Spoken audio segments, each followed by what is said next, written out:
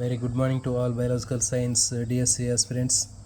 ఈరోజు mega DSC prepare అయ్యేటటువంటి biological science aspirants కోసం ఇంటర్మీడియట్ ఫస్ట్ ఇయర్ జువాలజీలో నుంచి మనకి సెకండ్ చాప్టర్ జంతుదేహ నిర్మాణంలో మనం 2.4 జంతు కణజాలాల గురించి ఈరోజు మీకు లైవ్ ఉంటుందండి. మార్నింగ్ 10 o'clock లైవ్ ఉంటుంది.